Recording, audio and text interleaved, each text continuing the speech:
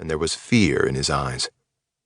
Fear of losing and of the pain that would come with it. He rose to his feet before the judge's count was finished, then reached up and wiped the blood from his mouth with the back of his forearm. The fight began again, and this time Romulus was much more cautious. His usual speed and grace were marked by fear. The newcomer? He continued his relentless forward motion, chopping with his sticks, kicking, retreating when necessary. The first round ended, and the newcomer won. The only scorecard required was the bruise swelling up on Romulus's cheek, the underlying bone most likely broken. The second round began, and Romulus came out with a fury of strikes, fists, pole, feet, anything he could use. He hit the new boy many times, but the most damaging attacks were turned away. At the end of his rampage, Romulus was winded, and the other boy showed no injuries. Romulus's opponent started in again, a machine, much slower and less powerful than his opponent, but one who did not stop. Romulus was on the defensive, and the blow that dropped him this time was to his knee. Adrian didn't flinch as his boy fell to the ground holding his kneecap. The father understood the knee was fractured. He only wondered if his progeny would rise again. Romulus found his way to his feet, though he wobbled on one leg. The round ended. The boy didn't look at his father, only stared across the yard at his opponent.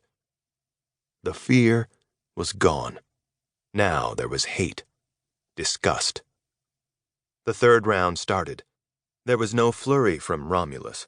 Rather, he was careful this time, practiced and showing the fundamentals that had made him stand out among his peers. He was damaged, though, and everyone watching knew it. A devastating blow midway through the round broke Romulus's collarbone, leaving him with only his left leg and right arm still working. The people in the audience looked at Adrian, wondering if he would call the match and save his son from further damage. Romulus's father didn't glance at them, nor did he stand up. He would not stop this, not even if it meant his son died on the field below. The red blood dotting the brown grass did not bother him, nor did the shattered bones. Adrian kept his eyes on his son. His son's face bore resignation, the knowledge that he was going to face his first loss, and he most likely would be dealt more pain over the next few minutes. However, Romulus never looked at the audience. He did not shrink from his duty. He hobbled to the middle of the yard and used his skills as best he could. He made the newcomer circle this time, lashing out whenever his opponent tried to close the gap. The blow that felled him wasn't fancy, but it was brutal. One of the newcomer's smaller sticks smashed against the back of his head, and Romulus collapsed to the ground. The 8-year-old boy was broken, bruised, and unconscious. Adrian got up from the stands and left the arena. Adrian didn't let the boy's mother see him in the infirmary. He went alone, denying the trainer access as well. The boy's collarbone had already been repaired, and preparations were being made for his face. It was a delicate procedure, and to retain his facial structure as he aged, it would most likely need to be repeated. Adrian walked into the room, and the droid docs looked at him.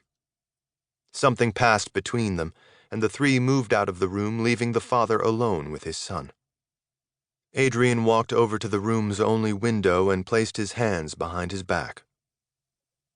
The boy was in pain. Adrian had made sure the medicine they gave him wasn't strong enough to dull his wits.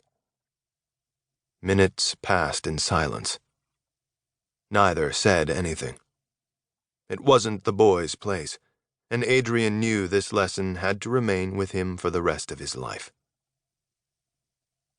His voice broke through the silence. "Why did you lose?" "He was—" His father interrupted him ruthlessly. "Think before you answer me, boy." The child shut his mouth and said nothing for a long time. Adrian didn't bother him,